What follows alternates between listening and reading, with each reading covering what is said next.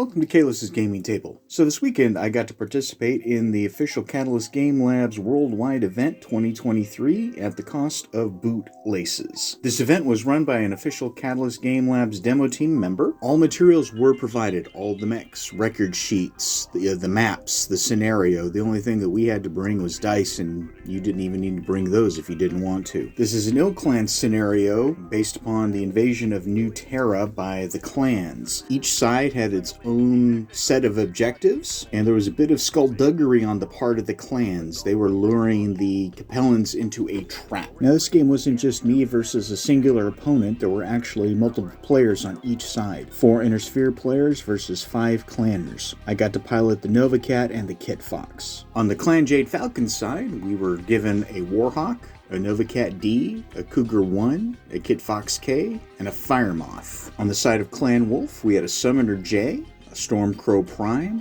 Shadow Cat, a Pack Hunter 2, a Wolfen, and 3 points of Elementals. For the Capellan forces, they had a Stalker 9 Foxtrot, a Longbow 14 Victor, a Victor 10 Lima, a Lao Hu 4 Echo, a Warhammer 5 Lima, a Wraith TR 5, an Agro Terra 1 Alpha, and a Phoenix Hawk 9. Oh, and I can't forget the terrors of the battlefield, the Urban Mechs. For the Urban Mechs, they had an Urban Mech R60 Lima, an Urban Mech R68, an Urban Mech R60, and an Urban Mech R27. The setup for the battle went in phases. There were 4 map sheets. On one map, there were 3 gantries with 3 separate Jade Falcon mechs attached to them under repairs. 2 remaining mechs had to be within 3 hexes of the lake. The idea was that the Omnis were being repaired, and the Inner Sphere forces found them and wanted to come down like a ton of bricks. After the Jade Falcons were deployed, that's when the Inner Spheres joined the fray. They could come on just about any board edge. The closest map sheet, they came on with the Wraith, 2 of the Urban Mechs, the Phoenix Hawk, and the Agro Terra. On the other map sheet, everything else came on. Now, everything else was very slow, so it had a long distance to cover.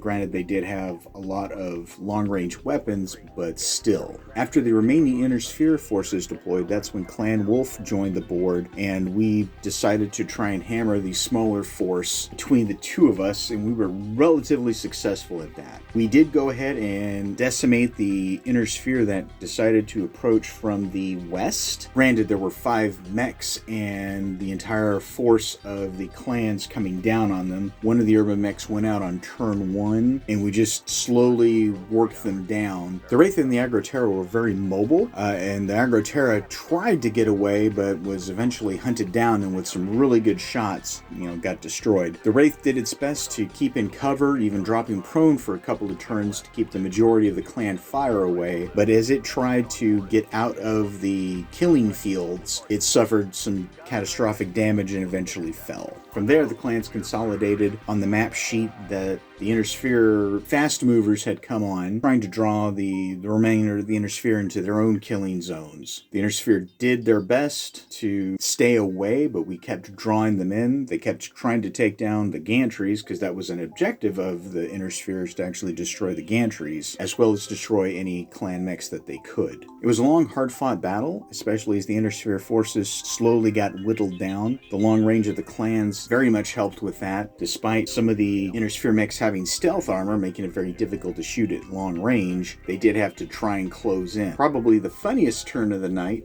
was when the pilot of the Summoner, who had taken no damage up to that point, advanced very aggressively, thinking he could jump in close, get some shots off, and get out. And with having partial cover, a high TMM from moving and such, not take any damage. And that's when the Inner Sphere brought out their ringer dice, and all of a sudden every shot started to land. Somehow the Summoner didn't get knocked over and didn't have any catastrophic explosions, but 2 hits from the plasma cannons from that Warhammer sent its heat dangerously high, and it had to jump and fall back to avoid overheating. Ultimately, the clans had a solid victory over the Inner Sphere, losing only 1 of the gantries to enemy fire, taking down quite a few of the Intersphere mechs, including all 4 of the urban mechs. We had knocked the Warhammer down. I think we'd blown its leg off, and a point of elementals was about to swarm the Stalker when we called the game. It was a lot of fun. My dice were, well, they were my dice. But despite that, I had a blast. The Nova Cat died, but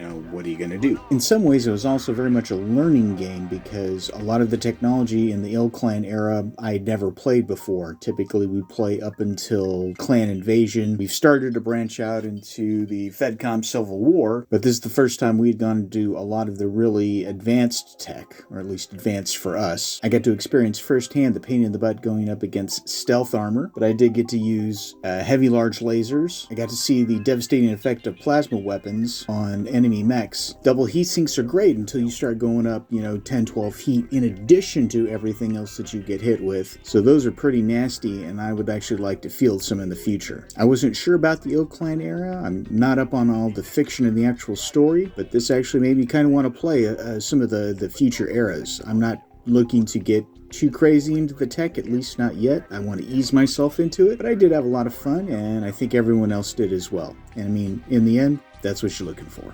Hope you enjoyed this. Again, this isn't much of a battle report. I wish I'd gotten some more pictures, especially the scene where the summoner jumped into the fray and then, got lit up. But thank you for watching. Please like and subscribe, ring the bell, all of the fun stuff. Please leave some comments below, and I'll catch you in the next video.